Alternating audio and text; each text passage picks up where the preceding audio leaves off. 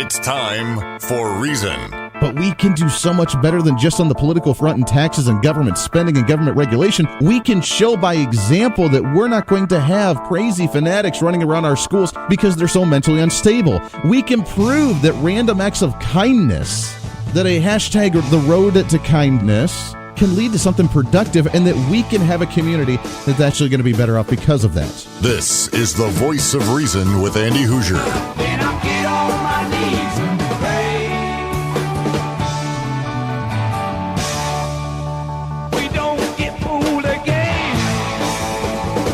Don't get fooled again. Welcome into the Voice of Reason, broadcasting live from the heart of the nation, right here in Wichita, Kansas, off of the Big Talker KQAM, along with the entire Mid-American Network, and simulcasting on KGPT TV at channel 2610. Good morning and welcome aboard. Happy Friday morning to you. You finally made it.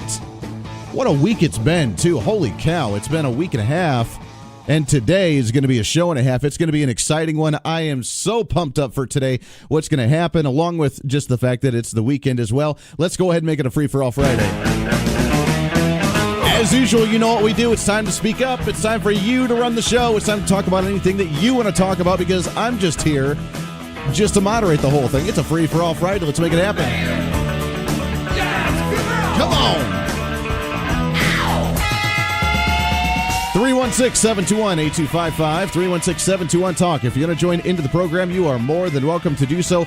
Anything you want to talk about, anything that we've covered this week, not covered this week. We've stuck to a lot of local and some statewide issues, not a whole lot of national politics this week, except for kind of the gun debate. But if you want to talk about some of that, you're more than welcome to do so. Anything else is open lines to you as well. Even non-political, we can talk about sports, whatever you want to. As you know, the NCAA basketball tournament's going to be coming to Wichita here relatively soon as well. I have not followed that nearly as much because I'm just not a basketball guy. But at the same time, it is exciting that Wichita is going to be getting the NCAA tournament, and I find it quite ironic of the politics that have bled into it. For example, the state of California banning statewide travel to the state of Kansas because of our bigoted, closed-minded views on LGBTQ rights, quote unquote, which isn't true, but it's ironic, and I find it comical. So, fine.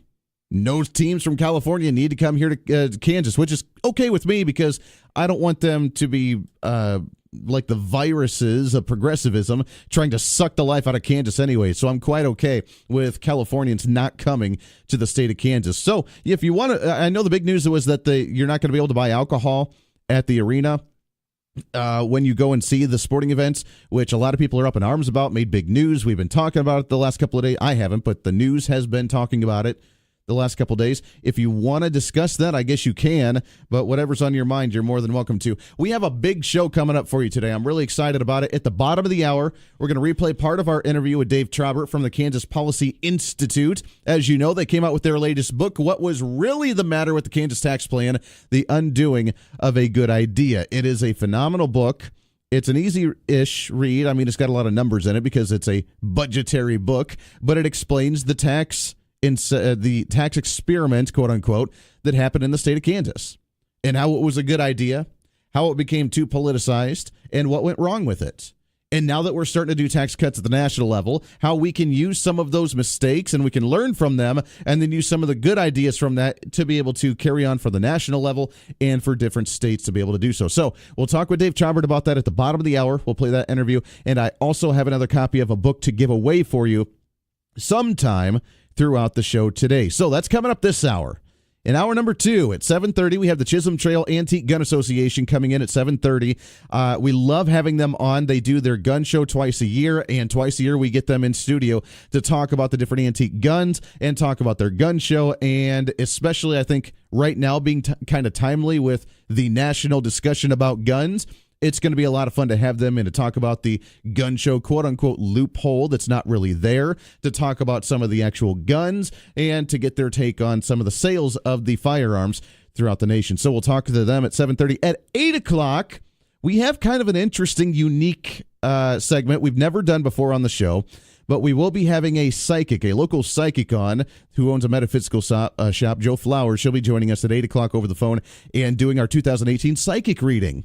And I think that'll be kind of entertaining. I've always been fascinated by it. I don't necessarily always believe I believe that some people may have an intuition or may have like a sixth sense on things, but I've never necessarily believed a lot of psychics because a lot of individuals kind of just use it for the publicity or for the money or for whatever, and they don't necessarily have that. I do believe that some people have maybe an intuition. So I think it'll be interesting. It'll be fun, and we'll see how good she is with her psychic reading. And then, of course, at 8:30, we have someone from the governor's administration, actually Sam Williams, the revenue secretary for the state. He will be joining us as we got our revenue numbers for the state of Kansas for the last month when it came to our tax receipts. And, of course, they are a little bit higher than projected, and the Democrats, progressives, and the media are loving it because they think that they have overturned, reversed, and gone the other direction from the Brownback failed experiment, and now we're starting to see revenues coming in because they raised taxes, and the shocking news is that when they raise taxes, we have more revenue coming in. Shocker, I know. It's a wild thing. So we'll talk about that coming up at 8:30 with Sam Williams, the secretary, the revenue secretary for the state of Kansas. But talking about the budget, I do have to mention this. I got on Drudge Report last night, and I was looking through some stories trying to fill some of the show prep and trying to see what was happening nationally. And I saw a laundry list of different links to different stories and articles about the economy. And I found it quite intriguing with what it had to say. Now, remember, this is still in the time to where we have the quote-unquote residual effect of the Barack Obama economy, which is completely BS. You know it's BS. It's not true. But they're trying to say that Barack Obama should be getting credit for all this. We never saw above 3% GDP growth the entire 8 years that Barack Obama was in office. And I'll give him a year or two at the beginning. You know what? I will give him that was not his because George W. Bush did the exact same thing. But if it didn't fix the economy under George W. Bush, and Barack Obama took it and tripled the amount of stimulus packages and the amount of spending and the amount of regulations and the amount of bailouts, and he just did the exact same thing. If you do the exact same thing, do you expect to get a different result? Usually not. So they blame George W. Bush for the first 3, 4, 5 years of Obama's administration when it comes to the economy, when Barack Obama really did, to a T, the exact same economic policies as George W. Bush. But then all of a sudden, apparently, Barack Obama saved the economy, got us out of the recession, and we started to grow, right? Yeah. We never saw above 3% GDP growth when it came for Barack Obama. So all of a sudden now when Trump gets in and we're starting to see 3.5% GDP growth, we're seeing unemployment rates go down. We're seeing minority groups, when it comes to unemployment rates, go down. We're seeing the stock market surge. All of a sudden now that's going to be Barack Obama's doing, right? Yeah, that makes a lot of sense. So I'm reading through Drudge Report, and I'm seeing these headlines. Link after link after link after link after link. And here's what I saw. Number one, U.S. job claims plunged at a 49-year low of 210,000. The rate of layoffs, as measured by U.S. jobless claims, fell to the lowest level since 1969, reflecting the strongest labor market since the end of the dot-com boom nearly 2 decades ago. Initial U.S. jobless claims fell by 10,000 to 210,000 in the 7 days ending by February 24th. So that's one story. That's on Market Watch. U.S. jobless claims plunged to a 49-year low. 1969 was the last time that we've had jobless claims this low. Good news, right? That should be we should be proud. Republicans and Democrats alike should be coming out saying, you know what, bravo, that's fantastic, that's awesome, that is great news, and then we can move forward. Democrats don't like it because we're going into a midterm election this fall, and they're saying, oh, Donald Trump's taking the credit of Barack Obama's policies. Donald Trump taking credit of all the nice, successful things happening right now. And that's going to help Donald Trump in the elections and the Republicans when it comes to Congress this year. Oh, and they're starting to panic. And they should start to panic because their policies have failed. But they're not going to believe that. They're, of course, going to live in denial. So good news, though. We should at least be proud of the fact that people are working. Democrats don't like that because they want people on welfare. Republicans like that predominantly. And I don't like using party lines because usually it's an ideological debate. But predominantly, conservative Republicans like people actually working and contributing to society. Progressive Democrats like people not working because they feel that they can take care of them properly. Here's another story for you. Bloomberg.com. Disposable income increases to the most since 2015. Spending matches forecasts as predicted. meaning people spending their hard-earned money, having disposable income other than just paying their bills and just trying to survive every day, actually going out and spending on things, buying materialistic goods, buying things, buying clothes, buying cars, buying homes, buying toys, buying vacations, buying things other than the day-to-day grind. Spending matches the forecasts. They actually hit it on the nose. An increase of $30 billion when it came to one-time bonuses just last month. $30 billion in bonuses to employees, to people working in the workforce. $30 billion being injected into the workforce, being injected into the private economy. Tell me how that's a bad thing. Here's another one for you. Bloomberg.com. Manufacturing expands in U.S. at the fastest pace since 2004. With improving global economies, largely because the United States, being one of the largest global traders, actually is doing better, demand begins to grow because people, again, have more money to spend. 15 out of the 18 different manufacturing industries grew last month. 15 out of 18 manufacturing industries grew because the economy is doing better. People going back to work, people growing and succeeding. Here's another one for you. Reuters.com. Crude oil production hits record high. Broke a 47-year output record and rose to 10 million barrels a day when it came last month as an average. The economy's doing well. It's growing. And yet we still have progressives hating Donald Trump for his economic policies. It's fascinating to watch, isn't it? This is The Voice of Reason with Andy Hoosier on the Mid-America Network.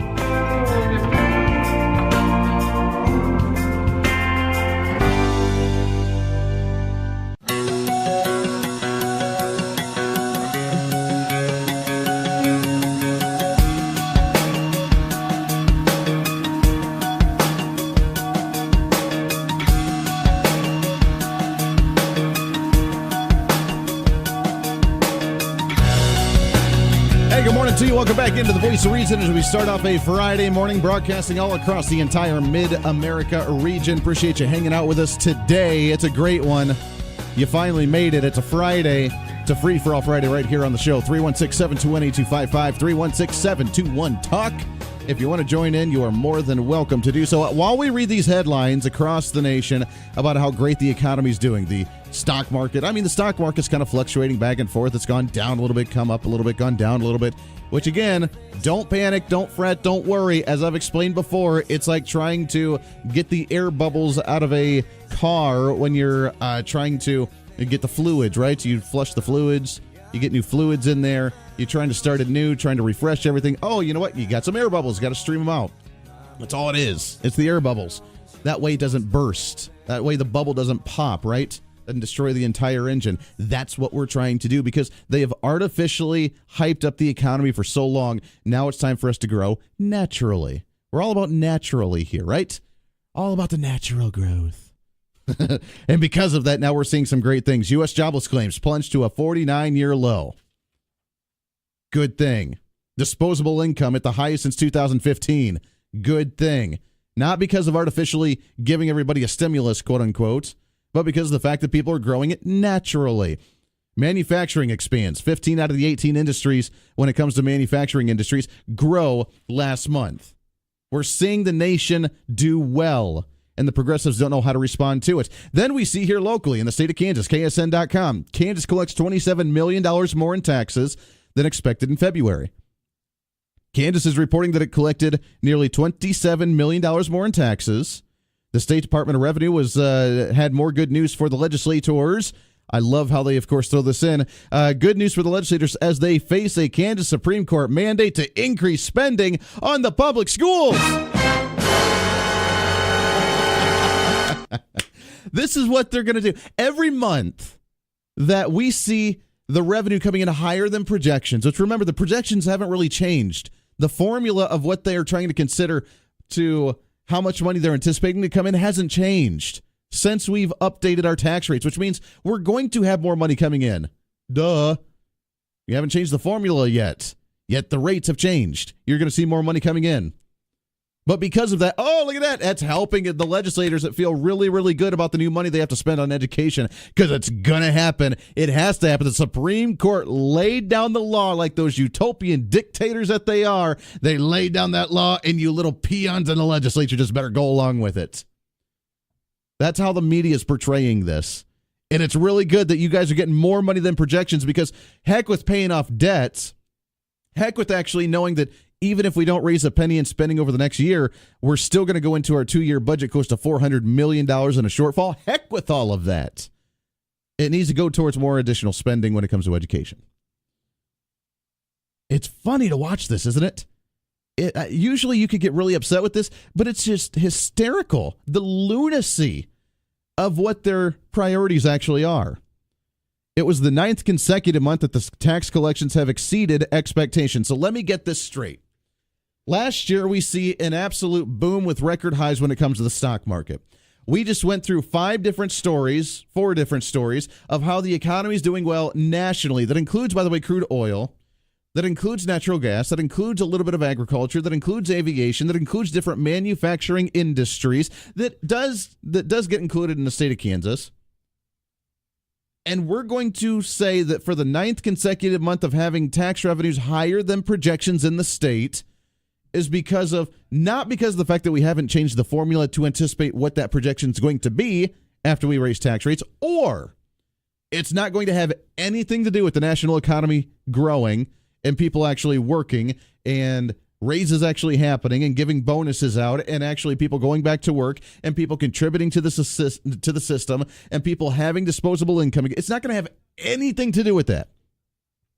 It's going to be strictly, according to the progressives and the mainstream media, it's going to be strictly because of the fact that they raised taxes and they reversed the Brownback tax experiment and the conservative tax cuts.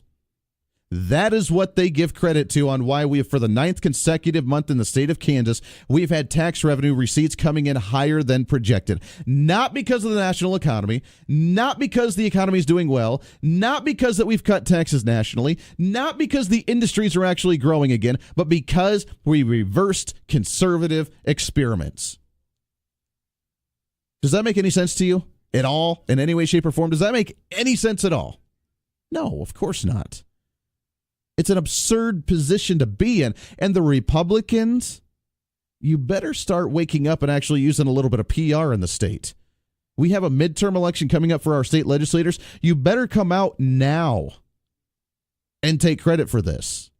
If you're going to be on the campaign trail, if you're the Republican Party in general, come out now and say, look, 9 consecutive months of tax receipts higher than projections. Not only is it because, well, you raise taxes on us, but also because the national economy is trying to offset that, and it's offset it better nationally than we countered it statewide. It's because of the Trump tax cuts. It's because of conservative policies that the economy is growing, not because of the fact that we actually restricted economic growth by raising taxes. We would see a lot more tax receipts coming in and a lot more money coming in and a heck of a lot more growth in the state if we would have actually not raised taxes and we would have wrote it out. If you remember, for the last 5 months of Brownback's time last session, before last July when we raised taxes, we saw tax receipts higher than projected then as well. But no one talks about that, right? Bottom of the hour news coming up. When we come back, we'll play our interview with Dave Traubert from the Kansas Policy Institute, talking about their new book and the Kansas state budget and taxes.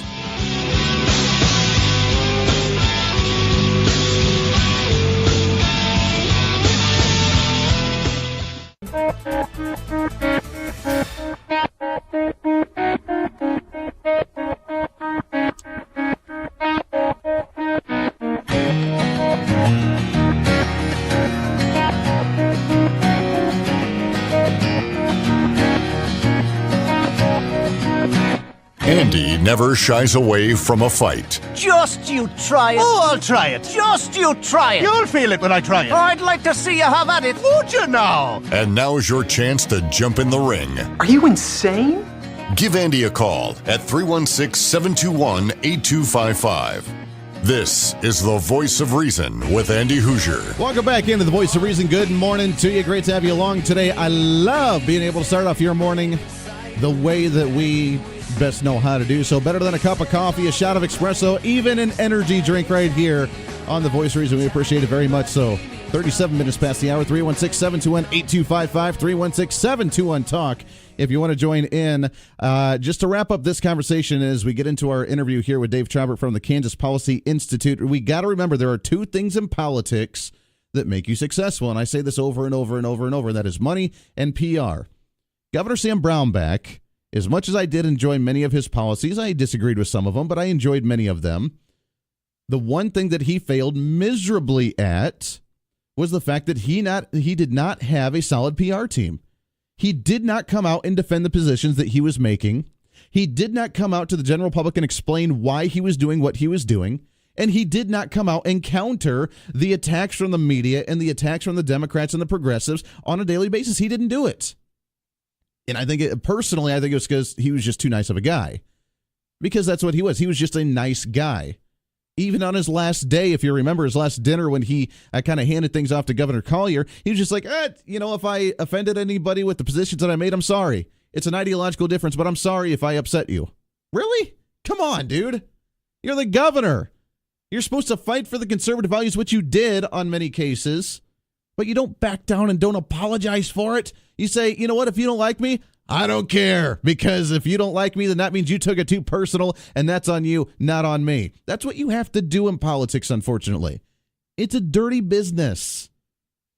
And as I mentioned, for the Republicans, now is the time for you to actually come out, make your statement before the progressives do, and before they start labeling it as, oh, look, there's more money now you can spend on education because for the 9th consecutive month, we're seeing tax receipts come in higher than projections. And it's all because we raised taxes and reversed the Brownback policies, which were a total disaster. Before they come out with that, you come out with a statement and say, look, the national economy's doing well. Look at here, look at here, look at here, look at here, look at here. That means that residual effect, the states are going to be doing better. The state of Kansas is doing better. That's because of that. And if only we wouldn't have raised taxes, we could have seen these tax receipts still come in higher than what we would have anticipated. Governor Brownback, from October last year to October of 2016 to close to May of 2017. We saw tax receipts higher than projections before we raised the taxes. And then they turn around and raise taxes up in July. Retroactively, mind you, because you still had to pay for what you didn't pay from January to July. Because you deserve that, right? You deserve your tax rates to go up. Everybody's about ready to file their taxes now. How many of you, I want to hear from you, how many of you actually had to owe the state of Kansas money this year because retroactively you had to pay those taxes and you didn't? To talk about that and more, yesterday we sat down with Dave Traubert from the Kansas Policy Institute in their new book, What Was Really the Matter with the Kansas Tax Plan, The Undoing of a Good Idea. They've come out with their book discussing and explaining, breaking down the quote-unquote Kansas experiment, the Governor Brownback tax plan, and the reversal of it, and how politics destroyed a good idea. We sat down with him yesterday. This is what he had to say right here on The Voice of Reason. In studio with us, I'm really excited to have him back. We get him in about once a month or so. Mr. Dave Traubert with the Kansas Policy Institute. Good morning, sir. Morning, Andy. I am excited for you guys because the Kansas Policy Institute, you come in every month and we talk about the budgetary issues in the state. We talk about that debate at the tax rates. We talk about the spending and especially when it comes to education or what we need to do to fix some of these issues. And you guys being nonpartisan, you're able to look at strictly what the numbers tell you. And I always say on this show that feelings are not my factual problems, that we're all about the statistics, we're about the data, and we're about the numbers, which is how I try and live my life when it comes to politics. This argument right now with the guns, with the emotional parents being upset when he's saying we need to do something, it's not constructive to the discussion because they're too emotional. When we come to the education argument right now, the argument about the education for our children, and it's all for the children regardless of how much money we dump into it, it's all emotional, non-statistical, and you guys break away from that, which I applaud you for that very much. So first off. Well, thank you. You have to look at whether it's education or taxes or whatever the situation is, where are we today? And if we are not satisfied with our situation, then we have to look at what we're willing to change in order to change the outcomes. Sure. Because for whatever reason, everything we've done has brought us to where we are today. And yet most often, especially with politicians and people in general, we want to keep doing the same things over and over again and somehow hoping Einstein was wrong, that if we keep doing it over and over again, we're going to get a different result, and it just doesn't happen that way. We'll get a better looking wheel next time we reinvent it. Yeah, right. Yeah, sure. Absolutely. Well, with that, we've been going for years now with this quote-unquote Kansas experiment and the failed Kansas experiment and cutting taxes and how it didn't work. And we've said it on the show. I've said it many, many times that Kansas is under the microscope, and everything that we've done, the rest of the country is looking at us. We have, I think, more people than coming from one state than any other state going to the administration for the Trump administration right now. We have the tax cuts that Trump did at the federal level right before Christmas that they said was going to mimic what Kansas did here. And with that Kansas failed experiment, people don't quite understand exactly what it was all about. Right. You know, for several years, people opposed to letting us keep more of our hard-earned income had been pointing to Kansas as their proof that you couldn't cut taxes. But other states like North Carolina, Indiana, Tennessee successfully cut taxes. So what was different about Kansas? What was different? And, you know, obviously, as we've talked on this show before, some of the things that were being said about Kansas were inaccurate. But Kansas really did have some serious budget challenges.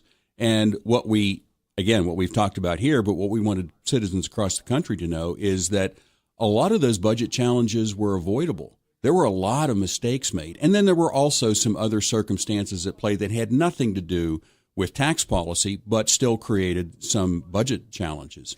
And then politics got in the way. Little thing of politics. Politics was out there. You had Democrats and Republicans alike who had no interest in that plan ever succeeding. Sure.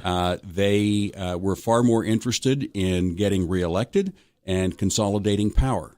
And so you had so many different factors coming into play.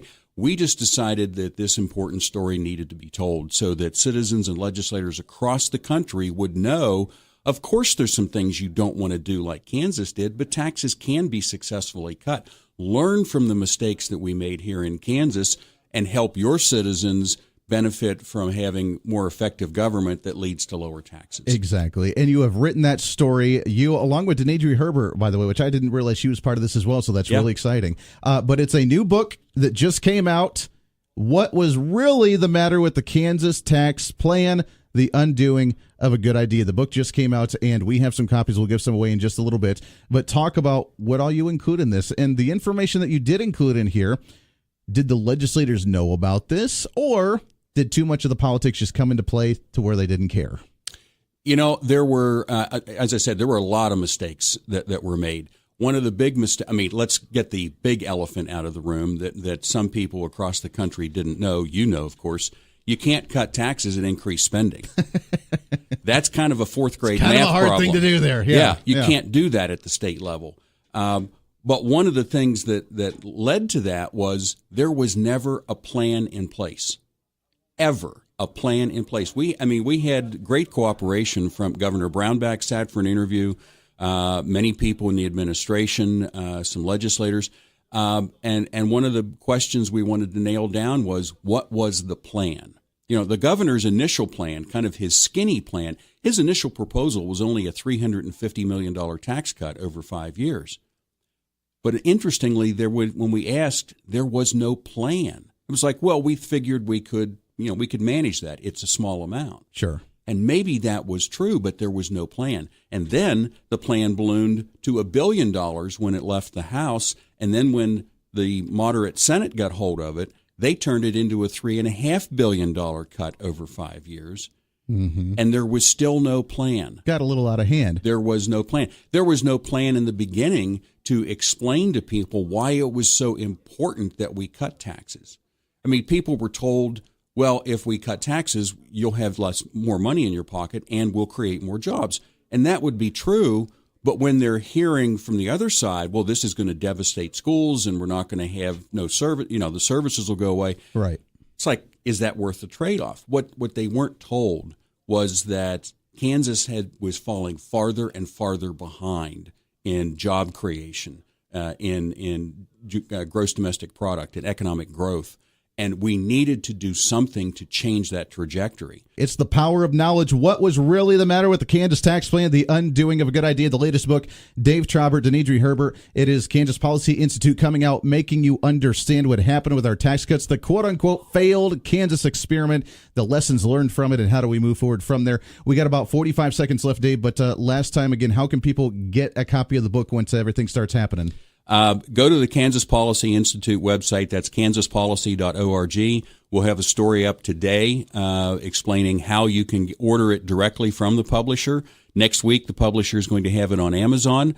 And so and then we have a few extras if someone wanted to just write in. We're not allowed to sell books because we're not a retailer. Sure. But for a suggested donation of, say, $10, we'll be happy to mail you a book. There it is. That was Dave Traubert with the Kansas Policy Institute. We chatted with him yesterday. Had to consolidate down that interview because it was a full half hour and didn't have time to play it all this morning. But great information. We appreciate him very much. We usually get him on the show about once a month or so from the Kansas Policy Institute. The good news is, and I didn't get to include this in the end of the taped interview from this morning, but he did mention as well, as we've talked about with the state of Kansas being kind of in the center of attention when it comes to national politics and tax cuts and the economy and how well it's going to do in the failed experiment of conservatism and so on and so forth. One thing that people need to realize is that that's not the case and what actually happened. They are, now that they have the book, the Kansas Policy Institute is going to be sending a copy of the book to every single state legislator in the entire country. Not just in the state of Kansas, but in the entire country. Over 8,000 legislators in the country. Every state legislator in the entire nation, they're sending a copy of this book to you so they can read it, they can learn from it, they can understand it, and hopefully take something away from it and be able to actually do something productive in the future with a good idea of actual tax cuts. Got to take a break. Wrapping up hour number 1 already. It's The Voice of Reason. It is a Friday. Stay right here. This is The Voice of Reason with Andy Hoosier.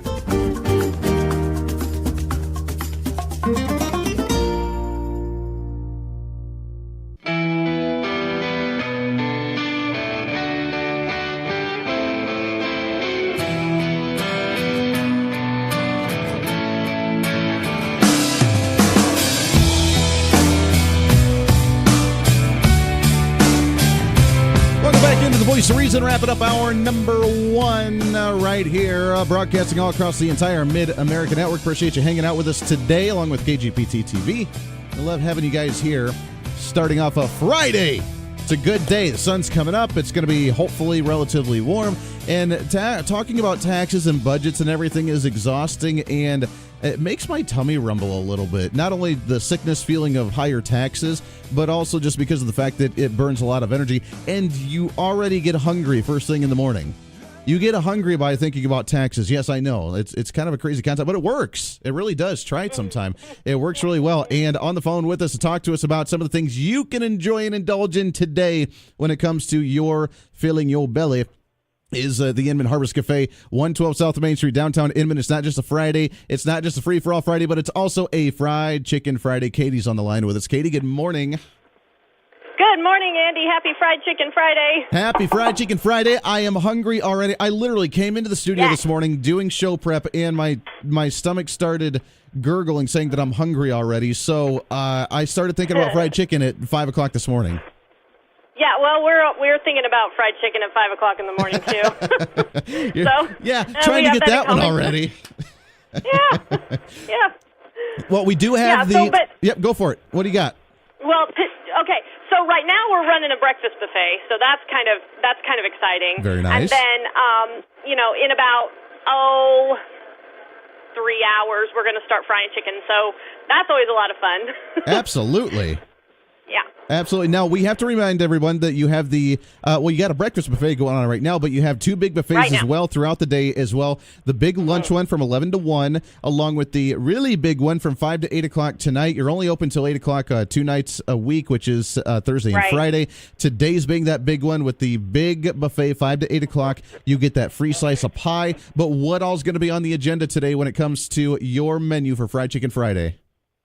Today we are having barbecued meatballs, so it's meatball madness in here too. Very nice. And then we're also having baked beans and homemade macaroni and cheese. So this is like my very favorite combination of foods to have, because I like to take my mashed potatoes and put it on the plate, and then I like to take my meatball and put it right in the middle of my mashed potatoes, and then I like to put the baked beans and the macaroni and cheese kind of around it in a little, like a moat of beans and goodiness, macaroni. yes. Yeah, and then I just like to mash it all up in a big gloppy mess. Well, exactly, and then you put a couple pieces of fried chicken on top of it. And I was thinking the same thing, is that you just do the smorgasbord of awesomeness for today. Yeah, it's a kind of a great deal. Yeah, all together. Yeah. Yeah. And that's the greatest thing about a buffet, is that you can design it however you want. You take the food that's out there and you create the perfect plate for you. Exactly. Yeah. And then you can even play with it a little bit with, like you said, building the moats around it. You can almost build like the castle of mashed potatoes and then have the fried chicken intruding into the mash. It's a great deal. And now the kid is coming out in me to make this actually happen. Along with that, you also get the free slice of pie for the evening buffet from 5 to 8 o'clock. What kind of pies do you have on the slate today? Today we have, I'll have to look, we have coconut, rhubarb, custard, Dutch apple, lemon meringue, blueberry, lemon cream cheese, cherry, banana split, and I think that's all. Well, that's enough. That's a good amount I there. don't know. There's a long list out there. It is a There's long a lot list. of people. I had to move away from it because they're loud. That's right. Well, I can already tell. I mean, you guys open at 6 o'clock for breakfast, and you're already filling up, which means people are already excited about Fried Chicken Friday. That's right.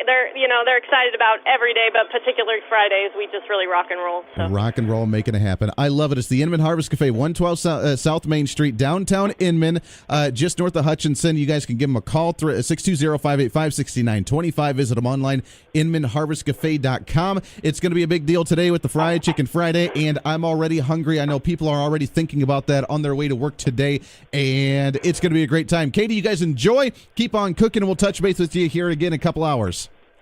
All right. Thanks, Andy. We'll talk to you then. Hey, always a great time there. That's the Inman Harvest Cafe. Katie's on the line there. We appreciate them very much partnering up with the Voice of Reason. I'm hungry already. And they talk about it. They joke about it. They're going to start frying the fried chicken here in a little bit. But, I mean, chicken and then the waffles. People say it's good. I've never tried it, but it does sound kind of delicious.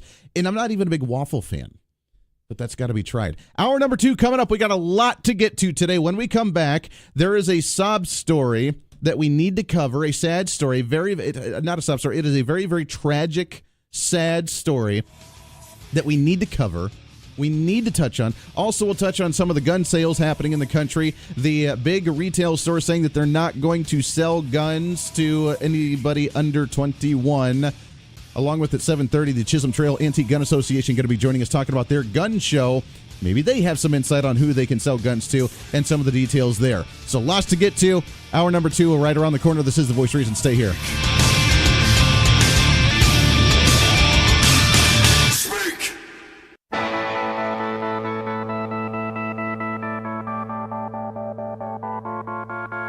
It's time for Reason. But we can do so much better than just on the political front and taxes and government spending and government regulation. We can show by example that we're not going to have crazy fanatics running around our schools because they're so mentally unstable. We can prove that random acts of kindness, that a hashtag or the road to kindness can lead to something productive, and that we can have a community that's actually going to be better off because of that. This is The Voice of Reason with Andy Hoosier. Then I'll get on my knees and pray.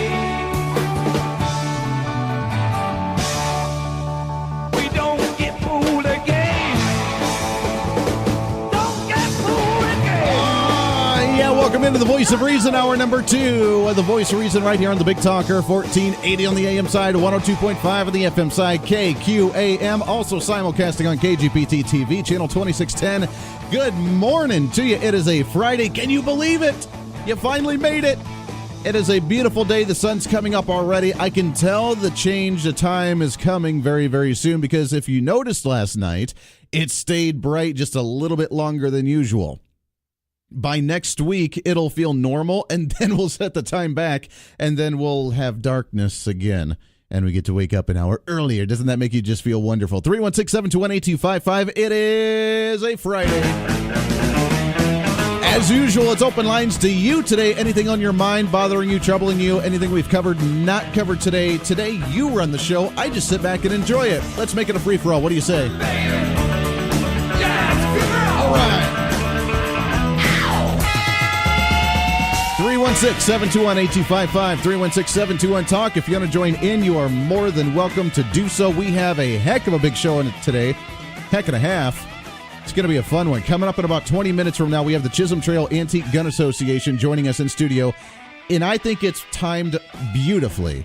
I think it's timed perfectly for them to come in because with the national debate and discussion right now on firearms and guns, they had their big gun show coming up in a couple weeks, and I am so excited because just like last time, if you're watching the TV, if you're watching the Facebook Live, if you're watching the video, and I'll try to describe it the best way I can on the radio, they will be bringing in some of their antique guns. Yes, you will see firearms in studio. It's not going to be a safe space for anybody who's scared of the firearms today. Terrible ordeal. It's scary. It's scary. It probably triggered some individuals already. And as you're driving to work this morning, you may feel that little, that butterfly in your tummy to where, oh my gosh, it's not going to be a safe space. It's not going to be a controlled atmosphere because there will be firearms, and it's a really, really, really scary thing. Others are going to be like, Oh my God, who the hell cares? yeah, I mean, that's how most of us are going to feel. But nonetheless, it may trigger some individuals. So I wanted to give you that trigger warning just in case. Because the young generation, they're very fragile at times. Many of them, not all of them, but many of them are very fragile. And sometimes they are just way too stressed out. I saw a story yesterday as I was reading and searching through the interweb and found a story from The Independent. And it said young adults spend more than 6 hours a day. Young adults meaning mostly predominantly millennials. Young adults spend more than 6 hours a day feeling, quote unquote, stressed out, according to the latest mental health study. The latest study shows young generation millennials are stressed out more than 6 hours a day, meaning that they're probably stressed the entire time they're at work, meaning that when they actually have to go and be productive at work, then they feel the pressure. And they also came out with the top 10 worries that young adults have today. So, ladies and gentlemen, we're creating a new segment on the show today that is appropriate that you may have heard on other shows, but it is today's top 10 list. Ladies and gentlemen, here's tonight's top 10.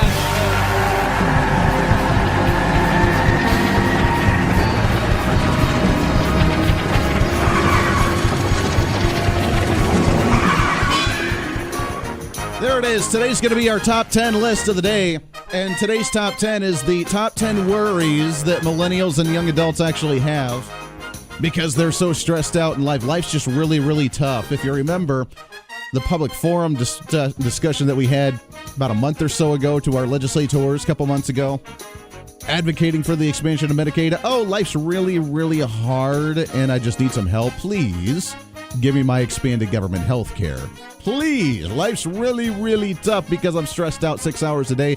That's why I probably need my anti-stress medication. I probably need my marijuana to feel better about my life because it's very, very stressful just to live. It's a terrible ordeal, right? So here it is, our top 10 worries of young adults today, according to The Independent with the latest mental health study. Number 10, meeting targets, deadlines, and goals at work. This is legit. This is not a joke. The number 10 worry for young adults today, meeting targets, deadlines, and goals at work. I understand it's very stressful to actually do a job, to show up on time, do what the boss tells you to do what your job requirement is supposed to be, and do it, by the way, without having to be on social media your whole day. I know it's a terrible ordeal. I just heard from somebody yesterday that owns a business that they had to let go their assistant because, oh yeah, their 35-year-old did not know how to stay off social media while they were at work. The millennial. Yeah, it's a really hard thing. Not to mention you have to work for the hierarchy of fascist, white, suppressed employees, right? Or employers. It's a terrible work style, right? There you go. There you go. Number 10, meeting targets, deadlines, goals at work. Number 9, health of a loved one is one of the major concerns of young adults. First off, I ask, who doesn't worry about that?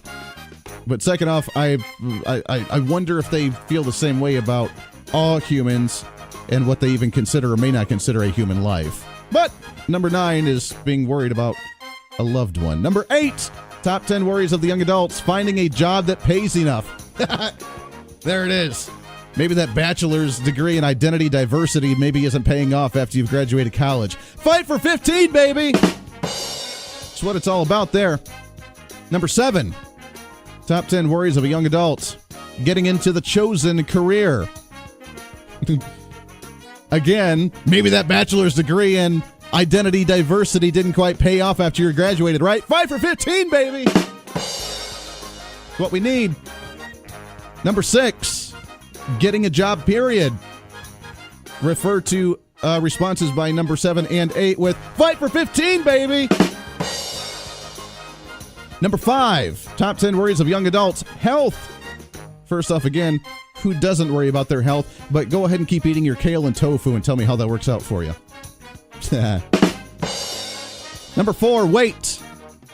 That's a worry, is the weight. What do we want to do? Look at... okay. How vain can we be? Number 3, top 10 worries of young adults. Appearance. Again, how vain can we be? Number 2, the future. Top 10 worries of young adults. Number 2 is the future. Now, I don't know if that's the future of themselves and with their career. Again, 5 for 15, baby. Or if that's the whole saving the earth and climate change and we're concerned about the environmental movement. Regardless, I don't know anybody that's not concerned about the future and taking care of their children down the road. And number 1 concern about top 10 worries for young adults, money. Money. First off, again, who's not concerned about that? Number 2, please refer to responses by number answers of 5, 6, 7, and 8 with 5 for 15, baby. There it is, the top 10 worries of young adults today in today's society, because that's what they're concerned about, getting their job and identity diversity degrees and being able to fight for 15 and worrying about how they look. This is the Voice of Reason.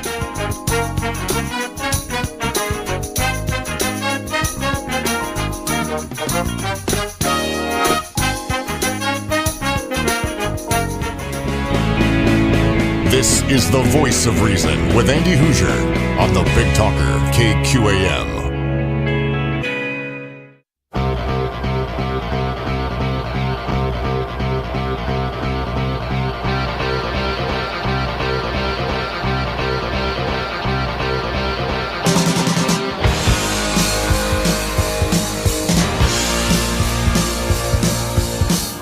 Back into the Voice of Reason, 21 minutes past the hour. Appreciate you hanging out with us today. It is a Friday. Have a little fun on a free-for-all Friday, and I want to hear from you. 316-721-8255. I've noticed I cannot win in this discussion.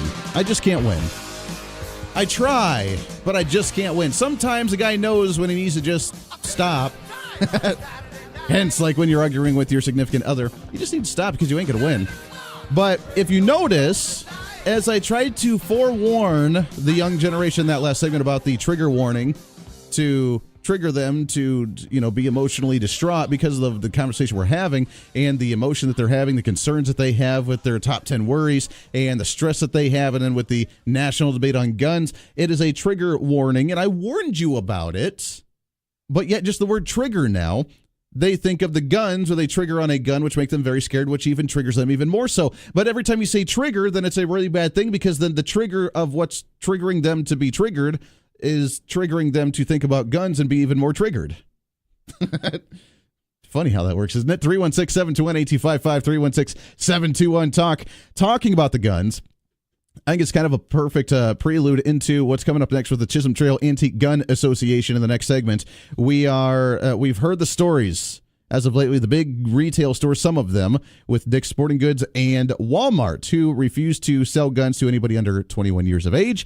Now, there's a third one, which I didn't even realize that they sold guns, but apparently Kroger. According to the latest AP story out of New York, Kroger will no longer sell guns to anyone under the 21 age as well at its stores. Becoming the third major retailer this week to put restrictions in place that are stronger than federal laws. That started by Dick's Sporting Goods and Walmart, the nation's largest grocery store chain, sold guns from 44 of its Fred Meyer stores in the West, but said Thursday that since the mass shooting that it's no longer going to do so. I guess here's two ways you can take from this. Number one, a lot of people are beginning to boycott these stores, and that's fine. If that's what your prerogative is, that's what you choose to do, all the power to you. Welcome to the free market. You have the power to be able to walk away and say, you know what, I don't want to support you. That's the beauty of the free market. The good part about this is is it gives us an opportunity to support many more local gun stores. As I know many of them, there's many local gun stores and local gun accessory stores around the Wichita area, South Central Kansas area. Support them. Don't go to those stores. There you go. I did see a letter online as well to Dick's Sporting Goods Management. I'm putting in my 2 weeks notice. I greatly apologize. My job here has been great. The staff has been phenomenal and very easy to work with. The management is full of great people, and the pay is good. I do not have one bad thing to say about this store. However, I cannot be the face of these new gun policies in effect. I find them morally and constitutionally wrong. I refuse to be part of a corporation with these liberal policies. Again, I truly apologize for the inconvenience. Sincerely, 20-year-old who is an avid hunter who can no longer purchase a firearm in the store which he sells the guns at the gun counter. That makes sense. Many people upset about this. Here's the kicker, and here's what I don't get. How many people, show of hands, listeners, started hunting when they were at a young age? 6, 8, 10, 12, 14 years old. You were hunting with your family. You were going out and you were deer hunting. You were pheasant hunting. You were duck hunting. How many of you actually started shooting guns at a young age? And if you remember, if you're actually presented and familiar with these types of weapons and with these types of tools, then you no longer fear them. You ever see the videos on social media about the Russian kids who go back and forth? One person, they got the line of kids, and one kid breaks down the gun, the next one rebuilds the gun and reassembles it, the next one breaks it down, the next one reassembles, and they go throughout this entire line. So you know front and back how to tear apart a gun, how to clean it, how to take care of it, and then how to reassemble it. That's what you're supposed to do. And at a young age, then you no longer fear the firearm. Now we're going to say you're not allowed to buy a gun until 21 years of age. If you're hunting at the age of 10, how are you supposed to go hunting? Now you can say, oh, you're going to go hunting with your parents' firearm. Okay. So the parents are going to give them a gun to go hunting with. Still owned by the parent, but the kid's going to be using it. What if you want to give it to them as a gift? My first gun was a .22 semi-automatic rifle I received for Christmas by my grandfather at the age of 10 that he handed down to me. Before that, my dad bought me a BB gun at the age of 8. I got those guns at a very young age. I learned to shoot them at a very young age, and they were able to give them to me. Now, in the state of Kansas, you're able to hand off a gun without a background check, without some type of transaction to actually happen that needs to be registered by the government to track them. Progressives hate that fact. So you're telling me that at the age of 14, if you want to go duck hunting with your friends, you want to go duck hunting with your family, and you do it on a semi-frequent basis, and your parents buy you a gun, you're not allowed to go buy it and pick it out yourself because you're under 21, but the parents now are going to go and get you the gun, buy it, and give it to you as a gift, and the progressives want to get rid of that as well. You can't have it both ways. Either you want the registration to happen so you can track all of the transactions and purchases and sellings and buying and trading of the guns, or you want to ban all kids under the age of 21 to even hold a firearm for their entire life. And that's not going to work. It's not going to happen, because if you raise the age to 21 when the father-son get-together, or father-daughter, or mother-daughter, or the whole family goes together to go duck hunting or go deer hunting or go on a hunting trip all together, and you buy them their own gun, guess what? Now, in many states, you've broken the law because you've handed off and given a gun and traded a gun to somebody as a gift without a transaction, without a background check, and without the government knowing about it. It's a scary thing, I know. But the fact that now you want to ban it, but yet you still want people to register when you actually hand it off as a gift, now you're going to pretty much say, yeah, you're not allowed to own a firearm at all in any way, shape, or form, even a handgun, even a rifle, even a shotgun, to go hunting with your family until the age of 21. By that time, the kid's out in college having a good old time partying, and they're not going to have time to go hunting with the family. 316-721-8255. Let's go to the phones here, shall we? Good morning. What's your name? This is Jim. Jim, how are you, sir? I am almost ready to get angry at the world, but I'm going to control myself. Well, sometimes we can get frustrated and angry, but that either encourages us to do something good, or we just laugh at it and we have to see it as comic relief. I don't have the benefit of a satellite radio moment. Okay, here's the deal. You hear the mainstream media talk, and they love to use this word, universal background check. Yeah. And that's all they say. Now, let me tell you what that universal background check entails in the couple states that have actually already passed it already. you're out at your farm and your guest from in town comes out. Maybe it's your brother, maybe it's just a stranger, and you say, let's walk out behind the barn and shoot a few rounds into a tin can with that Ruger 10/22 semi-automatic rifle. Or maybe your 150-year-old single-shot 22, like Audie Murphy had before he went off to World War II and became the most decorated soldier in world history. You cannot hand that gun to your neighbor, your brother, anybody else without running into town and getting a background check. And when you're done shooting, after you've paid, of course, for the background check, and when you're done shooting, he can't give it back to you unless you go get another background check and go through the whole process again. Gun back. Yeah, how efficient is that for actually the free market and for private individuals to actually operate? The purpose of these people like Lautenberg and Feinstein and Schumer is to make it so complicated, to make it so difficult that it's not worth it. That it's not worth owning a gun. They will see, these people want total dictatorial power over your life. And let me ask you this, Jim, because we got about 30 seconds left. How many people are going to actually openly go through that process and say, you know what, I'm going to buy my 15-year-old kid a rifle because I enjoy hunting with him, or my daughter, a 15-year-old daughter. How many are going to say, you know what, we're going to go through that background check and go through this universal check? Nobody, because they can't track it. In New York State, they passed a law banning all kinds of assault weapons, and nobody is complying. Mm-hmm. They know there are millions of guns that should have been registered and turned in, but nobody has. Exactly. Jim, I love it. I appreciate it, my friend. Great points. That's the whole purpose. They want to make it not worth it, and they want to try and scare people away. Guess what? It's not going to do anything. The other stores that will sell to 18-year-olds, the people that, even if they don't, let's say they raise it to the age of 30, guess what? Your parents are going to be buying you the gun, giving you the gun, and no one's going to track that possession handoff of the transaction between father, son, father, daughter, whatever. No one's going to do it.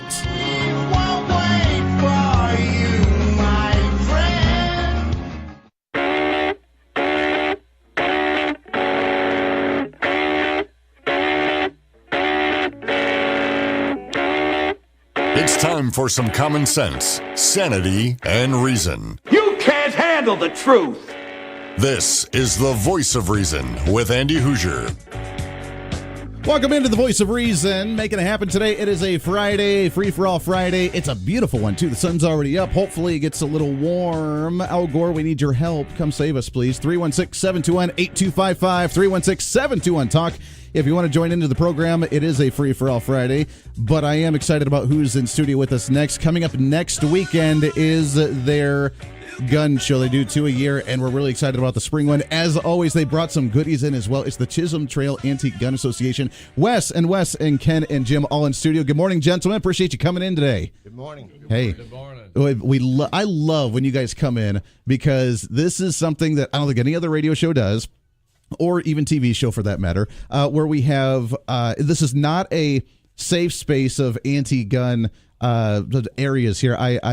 I warned everybody beforehand that if they were on the radio listening, that they may have their trigger warning now, so that way they're aware that there were actually going to be firearms here. So that way they weren't scared in that sense. But for those of us that actually enjoy and appreciate firearms, the gun show is coming up again next weekend. It's going to be at Hartman Arena. Talk to us about how big this one's going to be, what's going to happen, some of the details on how people can go and enjoy this gun show next week. Well, the gun show is ready. We currently have 140 dealers coming to town. 140, okay. That's we're sold out. Wow. We have 428 tables, and every one of them sold. I love it. We have dealers coming in from Kansas, Nebraska, Oklahoma, Texas, and Colorado. The entire region. Yes. They'll be selling guns, knives, ammo, gun parts, anything that gun-related or sporting-related you can find at this gun show. Very cool. One thing that's kind of unique this year, I have a family called, and they're bringing their father's collection, which he had several old single-action Colts. How cool. Hopefully that they'll price them reasonably. They also have They also have a collection of Mauser rifles that they're bringing. Okay. And I had a guy call from Colorado, and he wants to bring a 1961 Colt single-action revolver, new in box, never been fired, and which ought to be fairly valuable, but it'd be an interesting piece. Sure. So you guys, and with, I mean, having the antique guns, which is what you guys brought today, and we'll talk about these in a second, but it's going to be both the antique guns, like you said, mid-1900s, even some new age guns as well. So you're going to really get the entire plethora of opportunity when you come to the gun show, right? Anything that you're looking for, I'm sure you can find it at this gun show. There it is. We're a large gun show. Like I say, we have 430 tables sold. That's going to be insane. It's going to take all day just to walk through it and see it all. That's correct. And you can come out on Saturday morning and walk around and get a hand stamp and come back on Sunday morning at no charge. No charge at all. Just one-time fee just to walk in the door. That's correct. What's that going to cost to get for the ticket to get in? It's $10. Okay. Very good. So this one, and as you mentioned, anything that you're looking for, does that include AR-15s? I'm sure there'll be some AR-15s there. Let's talk about for a second it hasn't been brought up lately, but I'm sure it's going to be brought up again during this national discussion of the guns. The gun show loophole about how you can go to a gun show, you can purchase a gun without a background check like an AR-15, and you can walk out and then do something really crazy with it. Is that the case? Can you go there without having to actually go through the regular process to actually purchase a firearm? Yes, the answer is yes.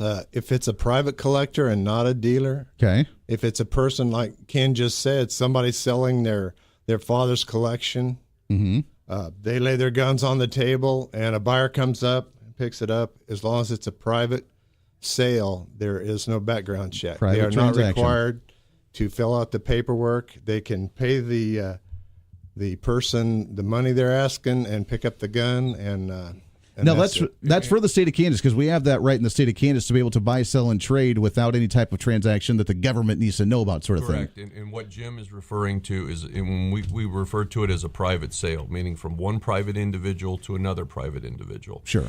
Any of the dealers that that Ken was referring to, the 135 or whatever number he said of dealers, if you're a dealer, which means you have an FFL license, you have to do a background check. So if I'm a private individual and I'm buying a gun from a dealer at the show or at any of the local sporting goods stores in Wichita or gun shops or anywhere else, I will have to fill out a background check. Sure. But me being a private individual, if I want to sell you a gun, Andy, and you're a private individual, it's just a simple transaction. Transaction and a handshake. Exactly. Well, and that's, honestly, that's the way it should be anyways. We were talking about it earlier about the big retail stores wanting to ban the sale of guns for anybody under the age of 21, and it's not going to be effective because all it's going to do is make the parents go buy a gun and then hand it off to their kids as a gift for Christmas or their birthday or whatever, and it's not going to matter. When you have that handshake and you can actually purchase a gun, that's the way it needs to be. Now, as you mentioned, being a retailer, actually having the license to be a dealer, you go through that process. If you're trying to buy an AR-15 that's brand new from the retailer, you go through that background check. You go through the process like anybody else would.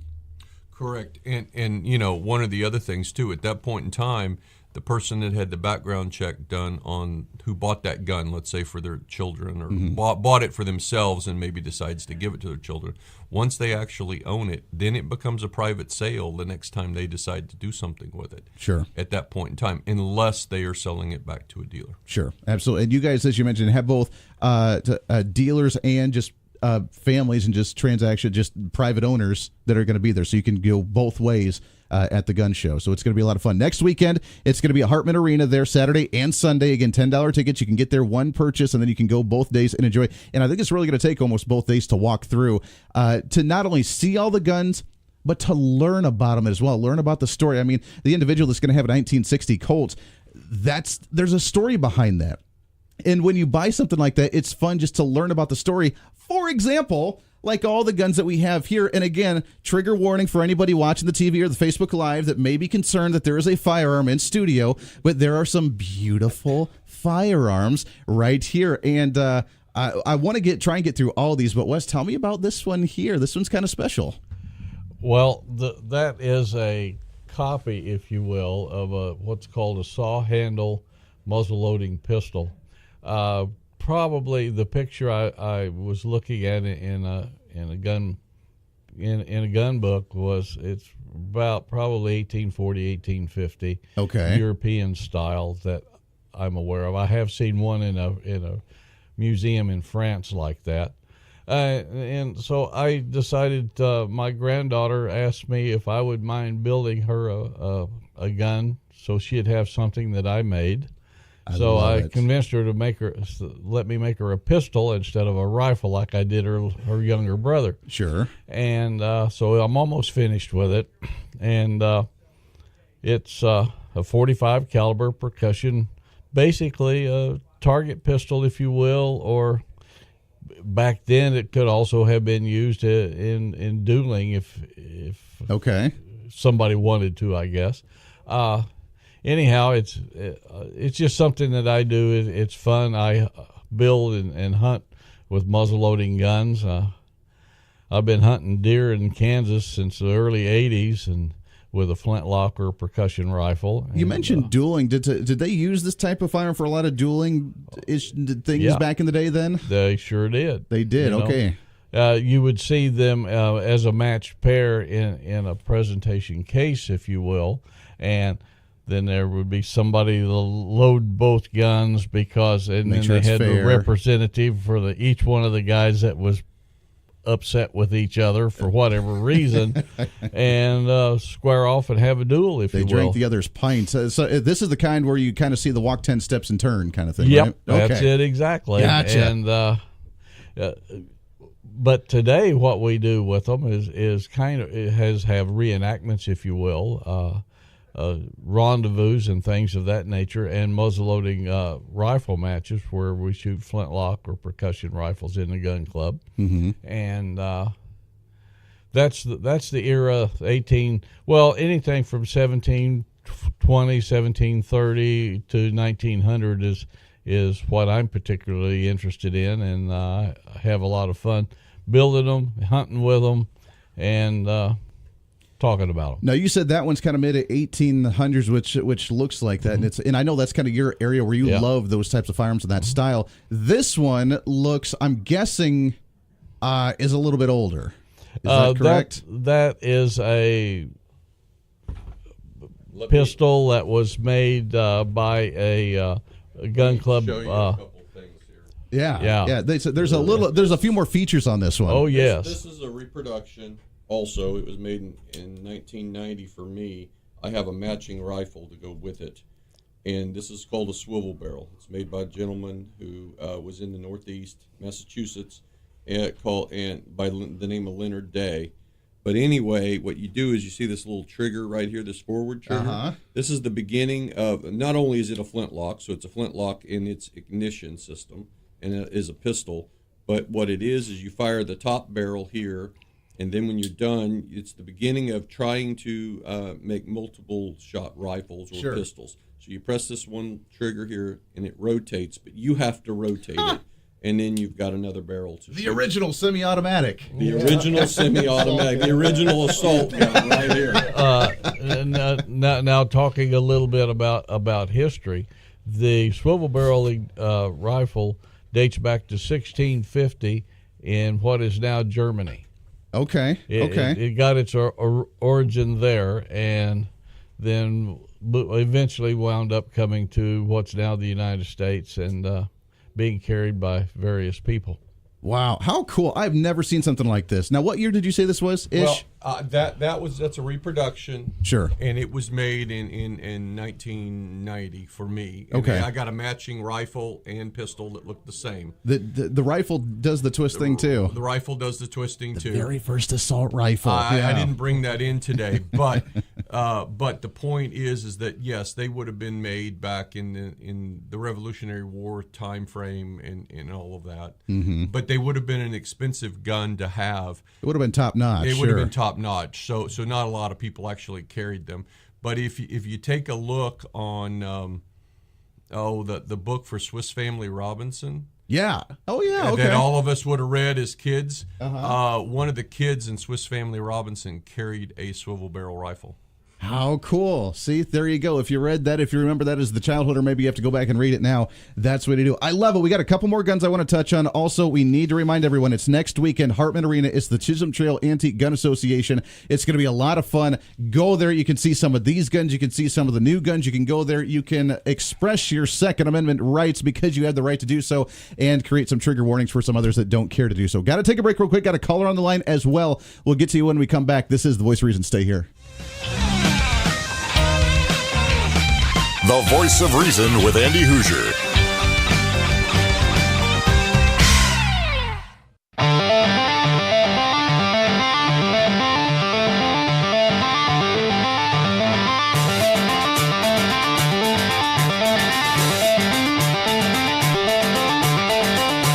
Welcome back into The Voice of Reason, wrapping up hour number 2. It goes by way too quick, and I personally am in Second Amendment heaven right now as we're talking about the guns, talking about the upcoming gun show next week in Hartman Arena with the Chisholm Trail Antique Gun Association.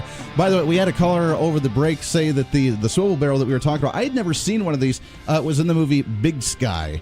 And apparently the main character used that for kind of the fur and hunting and that sort of thing. So kind of a fun movie, and you have to check that out. I'll have to watch that one too and see it.